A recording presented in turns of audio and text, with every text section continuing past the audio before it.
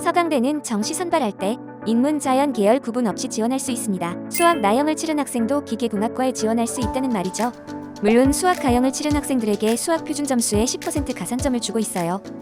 하지만 작년처럼 수학, 나영이 어렵게 나와서 나영의 표준 점수가 높게 나오는 경우에는 수학, 나영을 치른 학생들이 자연 계열 모집 단위에 지원하고 합격하는 경우들이 생기게 되는데요.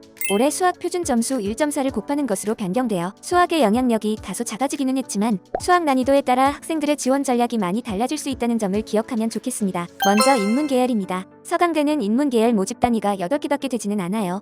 정확히 따지고 보면 지식융합미디어학부는 인문 자연계열 공통 모집 단위이지만 임의로 인문 계열에 배정해 두었어요. 대학별 환산 점수가 높은 순으로 나열을 했는데 대학별 환산 점수 70% 커트라인이 가장 높은 경영학과와 가장 낮은 유럽문화 사이의 차이가 3.64밖에 나지는 않아요. 다른 대학에 비해 그 차이가 매우 작다고 할 수 있어요. 서강대는 다 전공 제도를 두고 있는데 계열, 전공, 인원, 성적 등 어떤 제한 없이 선택할 수 있기 때문에 유럽문화로 합격해서 경영학을 전공하는 것이 어렵지 않아요. 아마도 이런 것이 모집 단위 간 성적 차이를 작게 하는 요인이 될 수 있을 것 같아요. 대학별 환산 점수가 매우 중요하지만 100분위로 입시 결과를 살피면 70% 커트라인의 평균이 92.6이었어요. 생각보다는 좀 낮아 보이죠? 이는 평균의 함정이라고 할 수 있는데 영역별로 보면 차이가 좀 달라요.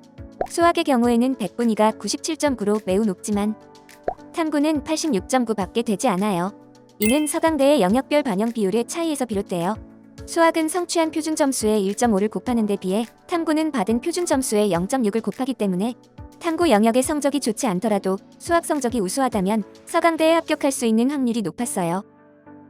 이렇게 탐구의 100분위가 낮은 학생들이 합격할 수 있었기 때문에 92.6이라는 100분위가 나왔지만 실제로는 이보다 좀 더 높게 생각해야 할 거예요. 올해는 영상 처음에 이야기했던 것처럼 수학의 비중이 다소 낮아지기도 했기 때문입니다. 입시 결과가 가장 높았던 모집 단위는 경영학이었는데 충원 인원이 무척 많았죠. 경쟁률이 4.48대 1이었는데 충원 인원이 120명이었으니 실질 경쟁률은 2.1대 1 정도였다고 보면 돼요. 이렇게 충원 인원이 많아서 실질 경쟁률이 낮아지는 경우에 최종 커트라인은 의외로 낮은 결과를 보이는 경우들이 있어요. 이런 경향성은 매년 달라지기 때문에 과거의 입결보다는 올해 학생들의 지원 경향을 확인하는 것이 더 도움이 될 거예요. 그래도 성적이 높은 모집 단위와 낮은 모집 단위 사이의 차이를 찾자면 충원율이에요. 경영, 사회과학, 경제, 지식융합미디어의 충원율 평균은 116.8%이고 성적이 낮은 인문계열, 중국문화, 영리문화, 유럽문화의 충원율 평균은 57.2%로 2배 이상의 차이가 났었어요.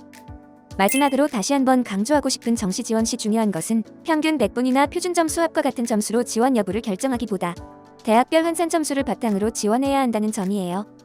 작년 영리문화계와 지식융합미디어학부를 비교하면 평균 100분위는 영리문화계가 더 높지만 대학별 환산 점수는 지식융합미디어학부가 더 높은 것을 확인할 수 있죠. 따라서 이 점수를 계산해 봐야 하는데 이는 어디서 할 수 있냐면 바로 진학닷컴에서 할 수 있어요. 수능 성적만 입력하면 대학별 환산 점수를 무료로 확인할 수 있으니 이용해 보시길 바랍니다. 다음은 자연계열입니다. 자연계열 경우에도 8개 모집 단위만 있어요. 또 인문계열처럼 모집 단위별 성적 차이가 크지 않은 편이죠. 100분위로 보면 91.7의 성적인데 이 역시 인문계열처럼 영역별 성적 차이는 큰 편이에요. 수학의 경우에는 94.5, 탐구의 경우에는 81.8, 화공생연공학의 경우에는 탐구 영역 100분위 70%의 커트라인이 79이기도 했어요. 3등급 중에서도 낮은 100분위를 보여도 합격할 수 있었다는 거죠. 일반적으로 자연계열의 경우에는 탐구 반영 비율이 상당히 높은 편이에요. 서강대와 경쟁 구도에 있다고 할 수 있는 성균관대나 한양대 자연계열의 경우에는 과학 탐구 반영 비율이 35%나 돼요. 반면 올해 서강대 탐구 반영 비율은 19.35% 정도에 그치기 때문에 탐구 성적에 따라서 지원 가능 대학이 크게 갈리게 될 거예요. 인문계열 입시 결과와 비슷한 점이 많은데 차이점이라면 충원율을 들 수 있을 것 같아요. 인문계열은 모집 단위 선호도에 따라 충원율의 차이가 2배 가까이 났었지만 자연계열은 그렇지 않아요. 입시 결과가 높았던 모집 단위들의 충원율이 63.4%였는데 낮은 모집 단위들의 경우에도 50.2%의 충원율을 보였어요. 진학사 집계에 따른 최종 커트라인 순위는 70% 커트라인 순위와 다르지 않아요. 2019학년도 같은 경우에는 기계공학, 생명공학의 입결이 낮게 나왔었지만 작년에는 그런 이변은 없었어요. 올해의 경우에는 알 수 없어요. 하지만 탐구 성적이 다소 낮은 학생들도 다른 영역 성적이 훌륭하다면, 특히 수학 성적이 우수하다면 서강대 지원을 한번 고려해보는 것이 좋을 것 같아요. 이상으로 서강대학교 2020학년도 정시 입결을 살펴보았는데요.